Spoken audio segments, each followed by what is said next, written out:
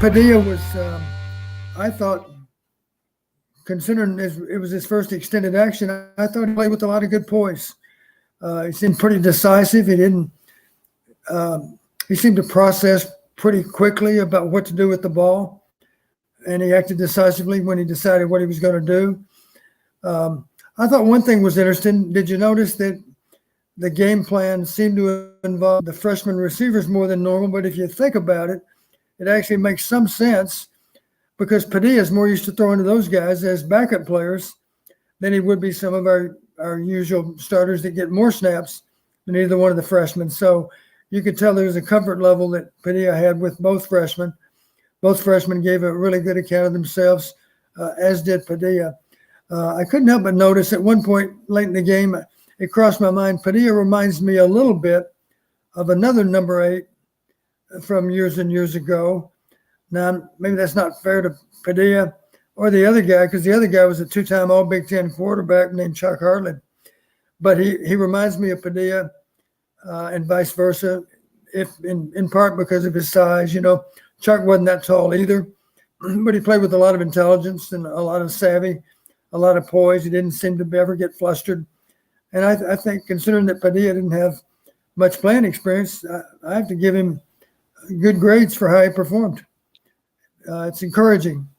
And I don't know exactly what was tied into the decision. I think there's certainly a possibility it wasn't as simple as pulling Petrus because they simply lost patience with him. I think it might have tied into maybe he was a little bit beaten up from last week, and they decided after 3 possessions that he really couldn't perform. I think it's entirely possible that Petrus told him that on the sideline. I don't know what went into the decision right then and there, but it wouldn't surprise me if the decision was made in part because Petrus even acknowledged that he was not quite 100%, wasn't performing as well as he thought he might.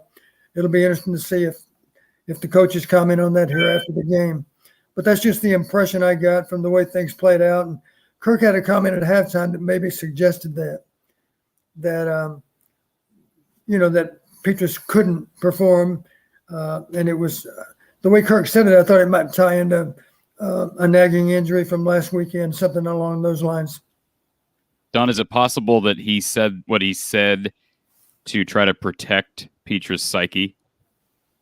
Yes, that's a possibility. That's a possibility. Just as you heard that Kelly Martin had a foot injury, and yet I read somewhere that he was still going to be involved with specialty teams, maybe. So I don't know.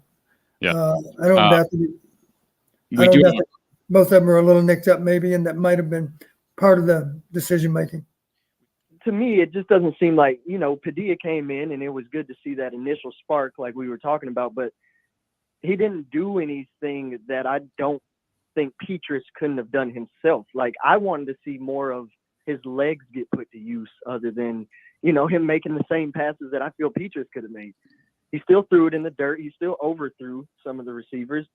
I don't know what he really did that would, suggest that he's any better than Petrus. Well, let's be real, caller. In Padilla's defense, Spencer had went almost the entire first quarter, and maybe he was hurt. I don't know, but he went the entire first quarter. The offense stalled out time and time and time again. He comes in there and leads them, I believe, 2 straight touchdown drives. Now, there were adjustments made in that second half, but again, in his defense, he came in, gave this offense a spark. There were a lot of drops. Tracy had a drop. Charlie Jones had a drop. Keegan Johnson had a drop or 2. There were a lot of drops by these receivers on really good throws by Alex Padilla. Now, I'm not saying he's the permanent answer, but at this point, given some of the issues we've seen at quarterback, I don't think Alex did anything to lose his job tonight, and he did get the win. Yeah, that's true. I just would have liked to see a better rotation of the quarterbacks, like utilize Padilla's, I guess, legs or ability to scramble, because we know Petrus can't. But Petrus is still, shown throughout the year that he can make good passes. Yeah, he did. You're right. The line played better tonight where he could have had a little bit better protection. But I don't know. And maybe they will, caller, because Kirk, again, if it's true that Spencer is banged up, I have a hard time seeing them just eliminating him from the game plan. Maybe it is a situation where you can utilize both guys. I agree. I think that's the move to make once Spencer's healthy, and may the best guy win at that point. All right. We do have another caller here we want to get to. Thank you for calling Iowa Post Game at the Voice of College Football. Who's on the line? This is Alex from Cedar Rapids. This is not Alex Padilla, is it? I'm assuming this is a different Alex. Yeah, no, different Alex, unfortunately. Okay. It'd be nice to be able to play on the field with him, but yeah, unfortunately. What'd you think of your counterpart today? So I watched the entire game, and I think it was the right choice. Spencer Petras, I think when he misses throws, he tends to overthrow, and he dirted probably 3 or 4 of them. So I think he still has some injuries from that Wisconsin game, and I think it was the right call. And as we saw that Iowa's offense looked a lot more crisp, at least in the first half. And the last caller I was listening to, I would like to see them use his feet more. I'm not asking for where we run him like Adrian Martinez or Sean Clifford, but get him rolling out and have him, have the threats to run, because he actually didn't run it at all, or there was no design place for him to run, which I think was personally, I think it was just to keep him, healthy so he doesn't take some big hits. But still like to maybe see him use his feet a little more, or at least have the coaching staff use his feet a little more. I totally agree with you, caller, and hopefully we see that. Again, I'd like to see a mix of Alex and Spencer, but if Spencer's not healthy, Alex should be the starter next question. You shouldn't. There's not, to me, at least from what we've seen, there's not wide enough a gap right now between those two guys to where I'd rather play a banged up Spencer over a healthy Alex who can run. Let's get to our next caller here, Don. Thank you for calling Iowa Post Game at the Voice of College Football, and thank you for waiting. Who's on the line? Good evening, fellas. This is Blake in Arkansas. I just had a couple thoughts about the Spencer Petras situation. Okay. If he was banged up at the end of the last game, which in all likelihood he could have been, and the coaches saw fit to give Padilla first string reps because of that, they had to have known. I would think they would know throughout the week if he was good to go, and certainly in warm-ups, whether Petras says something to him or they see it in warm-ups or during practice during the week, maybe he doesn't have the zip on it, maybe he's wincing, whatever it may be. I'm not sure if it's mental or if it's actually physical, but why would they even start him if that was the thought, to give Padilla reps all week long? Valid question. Don, you want to address it? That's a fair question, and it's not one that's easy to answer, because there's an argument for not starting Petras at that point. You're right. We don't know how pregame went. Obviously, my guess is Petras gave him an indication that he was ready to go based on the pregame workout. And you could still argue that the coaches are there to maybe decide otherwise. I always would pay more attention to the way the ball came off the quarterback's hand than I would what he said, because quarterbacks will typically claim that they're always ready to go.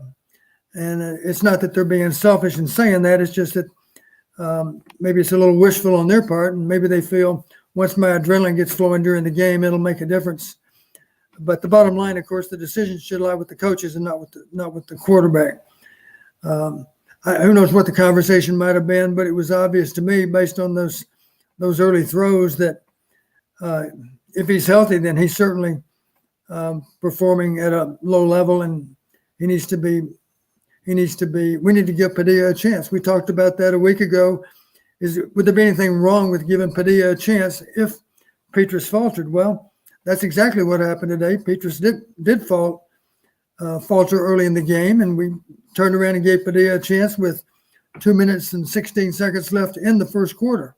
It didn't take long for us to decide, and I think that was a good thing. That showed decisive move on the part of the coaches, and Padilla didn't disappoint. He did seem to give the team a lift. In that regard, it seemed to be a good move. Yeah, I mean, as far as the player wanting to play, and the desire to compete and, I can shake it off kind of thing, I definitely understand that. And there's every likelihood that, he was telling the coaches something completely different than what he was feeling physically or mentally. Right. The only problem that I see with it is from the beginning of the week till the end of the week, like you said, Padilla was in the mix. He's up there, and there's no shortage of eyes on a quarterback, whether it be the position coach, the offensive coordinator, the head coach, and any number of different people watching the practice, throughout the week. I just, something there doesn't seem right. I don't know if it's a selfish, or we don't want to change, or we don't want controversy, or whatever it may be. But it just, that to me is a big red flag, like an indicator, like something's not right on the team. Yeah. Based on the way the game, I'm sorry, go ahead. To be honest, I don't see, I'm not even tooting Padilla's horn necessarily by making these comments. I'm just saying that, when it comes to game time and putting your best foot forward, your best team on the field, I mean, it's not, something personal against the player. It doesn't have anything to do with controversy. It has to do with the betterment of the team and winning that week and protecting the health. And I think that Petrus would have done just as well as Padilla did, honestly, if he was mentally and physically in the game, and maybe even better. I'm like I said, I'm not touting or tooting Padilla's horn and saying, "Yep, we got to go with him the rest of the year." But that something about that situation just doesn't seem right to me. Anyway, I appreciate your input, caller, and I understand the frustration. And I kind of said the same thing. Why are we starting the guy if he's not 100%? Yeah, I mean, I'll really wonder about that if he's not 100%, if he does the same thing next week. But Don's right. He's hit the nail on the head. It's not like Spencer's lighting the world on fire when he is healthy. I don't think there's a big enough gap right now to say Spencer's like our guy if he's 80%. If he's not 100%, even if he is 100%, maybe you start Alex. Right. If there was a week to do it, your starter's got a physical problem, maybe a mental problem, maybe both. If you were going to pick a team to do it against, I would think that Northwestern would be one. I mean, there really doesn't seem like a better opportunity to bring in the backup and give him a shot and take a chance. I mean, protect your player and his injury and, give him a breather, a little bit of mental focus and clarity and just go out there and compete. But it didn't quite happen that way. I see what you're coming from there, caller. Corey, let me make this statement. Have a good evening, fellas. All right, appreciate the call. Go ahead, Don. This statement, Corey. If we replace those numbers on the screen, 18 for 28 for 172, if we replace Alex Padilla with Spencer Petrus, 18 for 28 for 172 and no picks, especially factoring in half of those 18 completions were not really easy throws and catches. And you mentioned there were some drops in there too. Yeah, at least 3 or 4. At least 3 or 4. If those numbers belong to Spencer, we'd feel pretty good about Spencer. Yeah. That's the truth. Because let's face it, for the season, we're throwing at something less than 60%, right? Absolutely. So 18 for 28 sounds pretty good to me.